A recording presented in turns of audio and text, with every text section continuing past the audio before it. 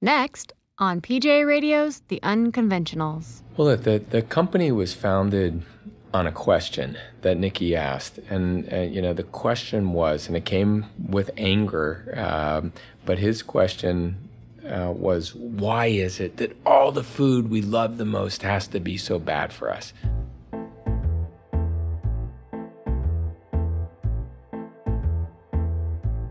Many of the companies we've featured on The Unconventionals have taken on categories that are ripe for reinvention. And they've started by asking basic questions about how business is done. Why do eyeglasses have to cost $700 in the case of Warby Parker? Or Dollar Shave Club asking, why do we pay so much for shave technology that we don't need? There are a lot of companies asking those questions about the food industry right now. Over the next 3 shows, we'll take a look at a farm, a burger chain, and a candy company, all who took a look at conventional wisdom and said, we're going to do it the other way. Today, we're talking to Unreal Candy, a company with a mission to unjunk the world, as they say, starting with taking a lot of the crap out of candy we eat every day. I spoke with founders Michael Bronner and his remarkably poised 17-year-old son, Nicky, at Unreal's Boston headquarters. Unreal was Nicky's idea, and Nicky had the good fortune to have a father who had the resources and business expertise, not to mention the interest, to help bring the idea to life. Halloween is Christmas for candy makers, by far their biggest holiday for sales. The National Confectioners Association says we'll buy more than 600 million pounds of candy this Halloween. So it's no surprise that the argument that led to Unreal Candy happened on Halloween night. So this all began in 7th grade.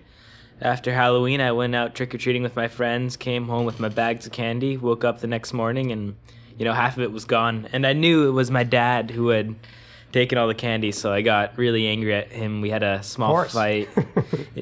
Yeah, it wasn't pretty. But so I asked my dad, why do you take away my candy? And he says, Nicky, you know why I take away your candy. It's bad for you. So I set out to prove my dad wrong. I took my favorite candies. I started with my favorite peanut butter cups, and I thought, peanut butter cups, peanut butter and chocolate. How bad can it be, right? Yeah, how bad could it possibly be? Okay, I get it. There could be some sugar, but it's really two ingredients. But apparently I was really wrong, and there's a lot more in there than what I thought there was in the beginning. Artificials, sugars, preservatives, and all my favorite candies, stuff I didn't want to be eating. Even GMOs, which I just think are nasty. So I had to go to my dad, and I think for the first time in his life, actually, he was right, or at least the first time I care to admit that he was right. Thank you. Of course. Credit where credit is due. I'll take it. So you had half your candy thrown out. You like candy. So is that what started the search for something different? Right. So it really just, it started with the peanut butter cup, and it's like, peanut butter and chocolate. Why can't it just be that way? And obviously you can talk to the most novice of chefs, and they'll say, well, you can't just throw peanut butter on chocolate and then, leave it in the store for 9 months. But you can do something pretty close to that. You don't have to fill it with all this junk and these artificials and just stuff that you really don't want to be eating. Yeah. You can make it pretty real. And with a lot less sugar, which is what we really set out to prove. Like that kind of incident, that's happening all the time. There's a million conversations happening every day about, hey, couldn't there be a different kind of candy, a better kind of candy? Very few of those end up as businesses. So could you take me through a little bit? Well, what was the path from that, early insight, which is candy shouldn't have so much junk in them, it sounds like, to we're going to make a business out of it? Right. So, we had this whole category, a $31 billion category, which is one of my favorites, and it's just filled with junk. And I know this is a bit of a selfish company because I really would like to be able to eat all my candy on Halloween. So, it started with the question of why does my candy have to be this way? And then the realization that it doesn't have to be this way. Candy's been changing over the years, farther away from the real ingredients, just to make it easier to produce, cheaper, have it last longer. And it really can be made the right way still. And I think what the goal was to not just create a better candy for Nicky to be able to eat, but to really create change out there, not by preaching that the massive amounts of sugar and the hydrogenated fats and the artificial colors and flavors, and they don't need to be there. You can say that all day long, but unless you can actually prove it, have people taste it. And the thing that Nicky was about was the taste, which was really fascinating. And he said, let's go see if we can make it so that it, number one, tastes as good, if not better. And then number two, had a lot less sugar. Number three, had nothing artificial in it. And that was really the start of the business, because he, and with the help of his brother, started looking for chefs and scientists that could help. Of course, you can find candy that's delicious and not loaded up with chemicals. I can walk into Harvard Square, and there's no shortage of $4 chocolate bars and artisan truffles. But this is niche, premium stuff. Michael and Nicky were aiming at something very different with Unreal. They wanted to give a new option to your average candy buyer. Like me, the first time I heard of Unreal Candy was when I bought some of their peanut butter cups at Walgreens. They were right next to the big candy brands, and they were at about the same price point. But one look at the label and it was obvious this wasn't your typical candy. It wasn't at all what I would expect at a Walgreens. Unreal was thinking big and broad appeal. Walgreens and Target, Matt Damon and Tom Brady big. The reason that Nicky wanted to start this company, and he jokes about wanting to eat more candy, but it really was this mission. And the mission that was stated was to unjunk the world. Now, there's fun in that, and so we never believed that we ourselves could unjunk the world. But we did see ourselves as a tiny pebble that you could throw into the pond, and what we wanted to measure was not the size of the pebble, but the outer edge of the ripple that we could create. And so when we then looked at how could we create the biggest ripple, the early thinking was, let's show up in the places where most of the candy is sold today, so that we can give the heaviest candy buyers a new option, a new alternative that they didn't have, and that they would then discover, wow, this can taste as good, this tastes better than these candies I've been eating, but my gosh, it's got a lot less sugar, it's got none of the junk that's in there. How can that be? Yeah. And it's not that much more expensive. It's about the same price. And so that was the early disruptive thinking. And so that's why we ended up in Walgreens. Yeah. What I think, the naivete, which is the greatest asset of the company, is the naivete, was, well, how would we just show up in, an 8,000 store chain, a 9,000 store chain, and actually have everybody go, oh, let me go for that. And so, we've been learning our way through this, and we've been refining our thinking about distribution, not in terms of where we want to be someday, but where we should be today and how we grow out from there. Refining thoughts on distribution means, I think, not just going big and mainstream, but also looking at retailers, stores like the Whole Foods of the world, where Unreal is likely to find consumers who are already seeking out alternatives. Michael and Nicky acknowledge that cultural change is hard and are beginning to focus on building a base of fans that can grow the company.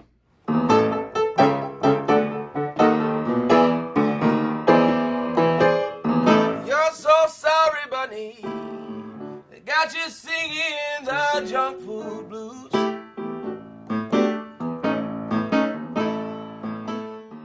When we come back, we'll continue our discussion with Nicky and Michael Bronner of Unreal Candy.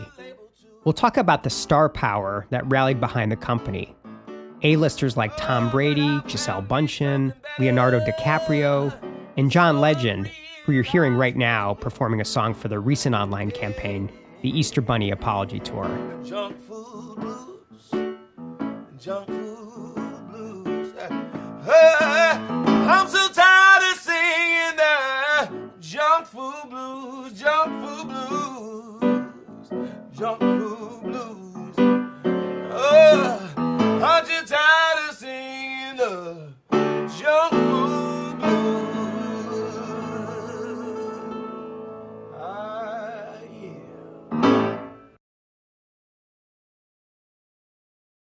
You're listening to PJ Radio's The Unconventionals.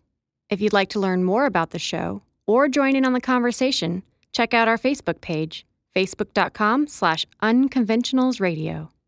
Our academic sponsor for The Unconventionals is the Center on Global Brand Leadership at Columbia Business School, which turns the research of academia's foremost thinkers on branding into practical tools and insight for real-world application. For more information, visit globalbrands.org. Push, Bunny. Dig deep. You're going to go on this apology tour for all that other candy you gave out. You're going to need endurance. You're going to need determination. You're going to need strength. Really? God, Bunny, I thought you'd be in such better shape than this with all the hopping that you do.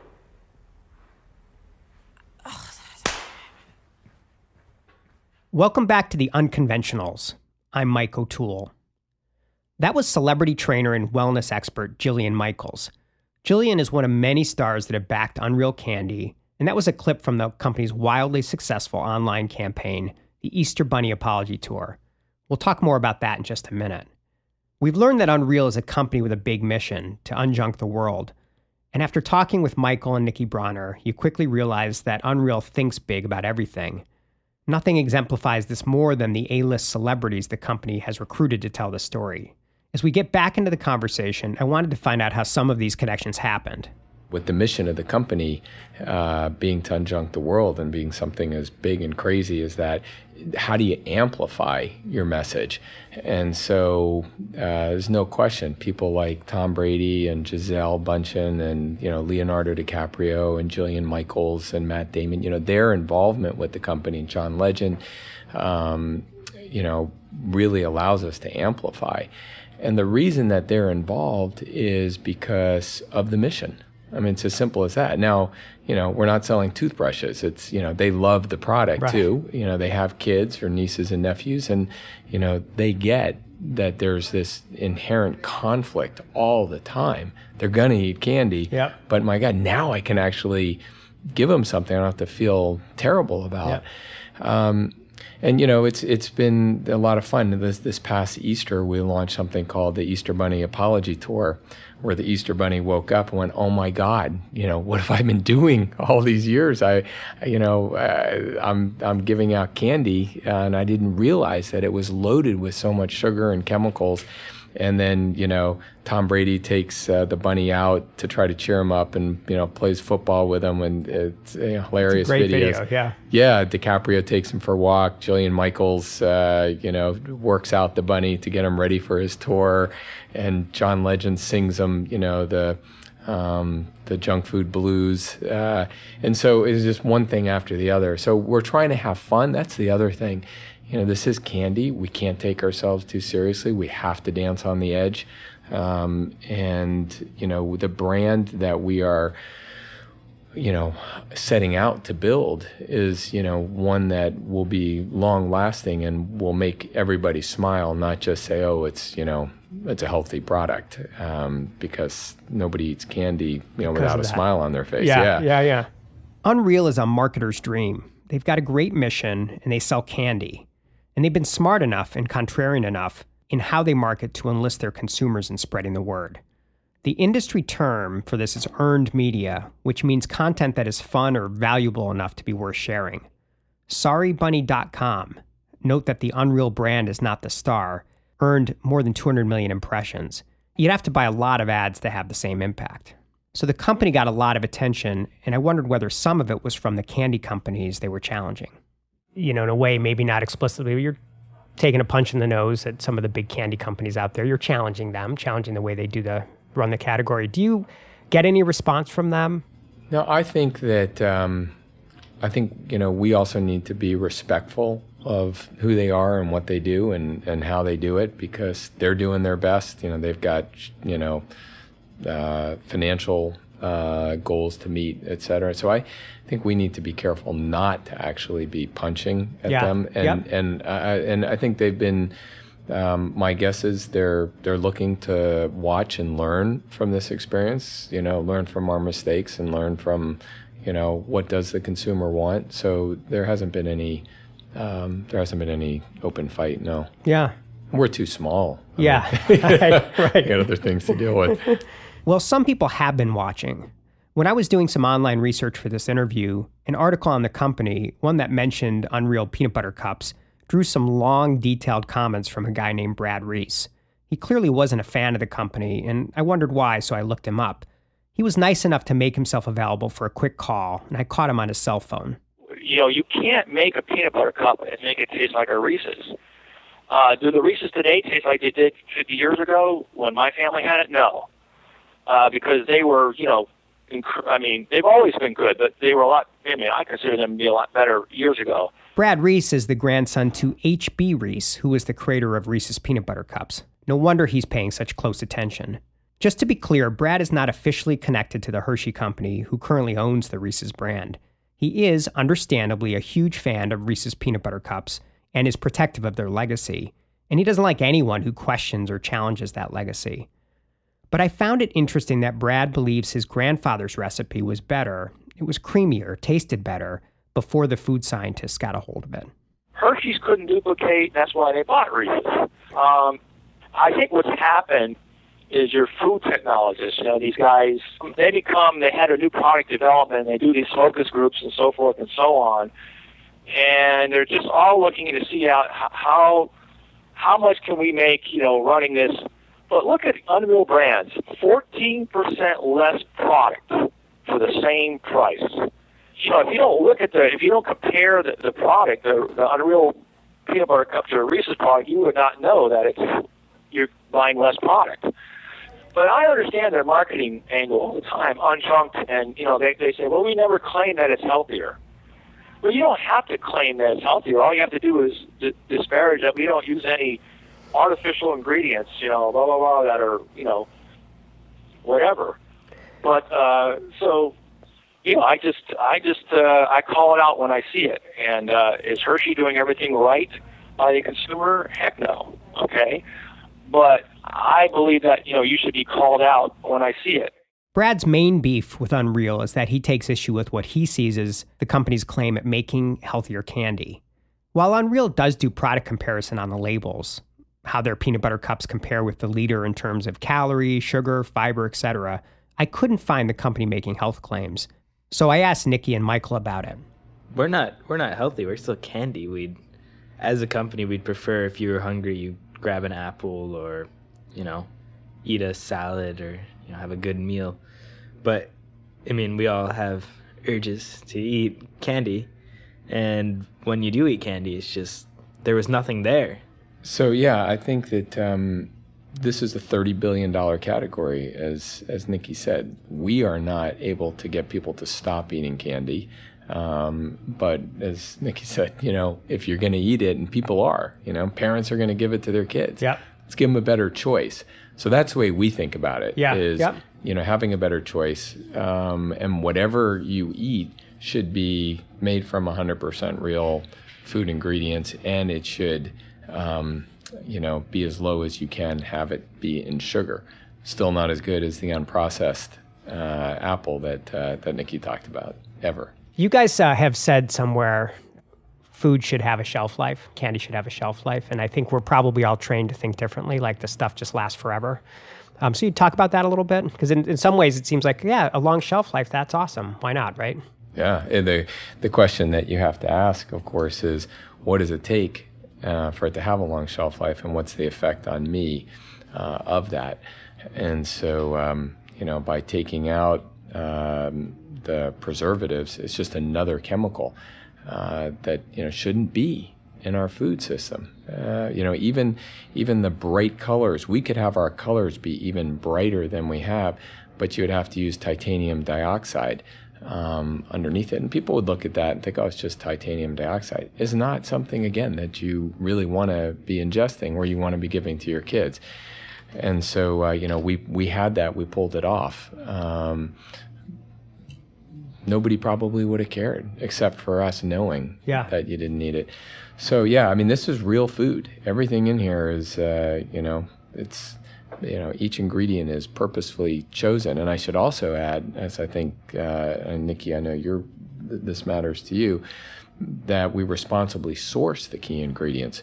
So if you talk about palm oil, which is in these candies, it's, the destruction of the rainforests, is for this palm oil. We go to a farm, it's an organic farm. They do planting only on second and third generation growth, and for every hectare that is cut down for us, they replant 3. So it's just a different way of thinking about, and we can take that to dairy. So our dairy comes from grass-fed cows with no added hormones, no antibiotics administered. The cacao beans are all traceable beans. There's a long list of how we selected every ingredient so we would do no harm, and we could support communities in the right way. To be clear, Unreal is challenging the status quo. They're doing it respectfully and with a healthy dose of humility given their tiny place in a huge market.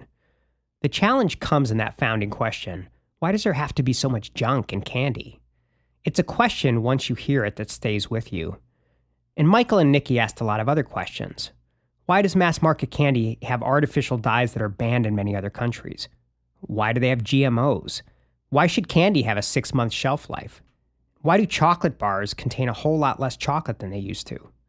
Sometimes it's the simplest questions, the ones people haven't thought to ask, that introduce the most powerful change. Well, the company was founded on a question that Nicky asked, and the question was, and it came with anger, but his question was, why is it that all the food we love the most has to be so bad for us?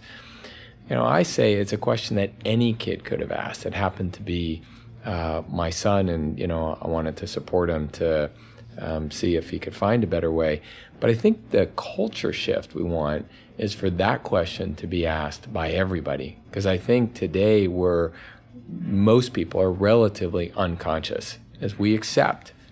As Nicky says, when was the last time you looked at the back of a candy bar? When you look at a candy wrapper, you've been eating it since you were 3. Why the heck would you start looking now? But if we could ask this question, why, then the shift always the shift always comes after that. So that's I think the culture change we want. I think the other part of that is just the expectation that it can be different, and that it should be different, and that my health matters. And so part of it is my responsibility, yes, what I choose, but honestly, part of it is the company's responsibility, to do the right thing, to recognize that what their consumers are eating affects their health forever. And, let's make better ingredient choices, even if it means we got to charge more. It's in the long run much cheaper for the consumer if they pay another 15 or 20 cents more on a bar, but those companies have all changed the ingredients because, they're not going to pay the price with their health. Right. The company was inspired by that Halloween argument 4 years ago, and it launched its first product 2 years ago. As we've said, Unreal started big and open to a lot of fanfare. But for a company with a mission of changing culture, it isn't just about a successful launch. I asked Michael and Nicky how they would define success moving forward. I'd say our biggest success as a mission-based company would be when we have our larger competitors, they realize, hey, people want this, and you can make this, and maybe we should start changing and, taking out some of the junk in our products too. Yeah. Yeah, that's our success. Yeah, I would agree 100% with Nicky, and I think that, the vision 5 years from now is that we've created a brand that people love and they want to follow, because they say, whenever I see Unreal, I know it's going to taste even better. I know it's going to be made, with, only real stuff, without any junk, with less sugar, with responsibly sourced ingredients. I'm going to be able to, find it where I like to shop. It's going to be affordable. So I think, and if we're able to do that, then Nicky's right. Then we will have built enough penetration and demand that other companies will say, hey, this is a great opportunity for us, because, it's not that we want to be the only candy brand. We're hoping that 50% of that candy has been, replaced even by the existing companies with better choices.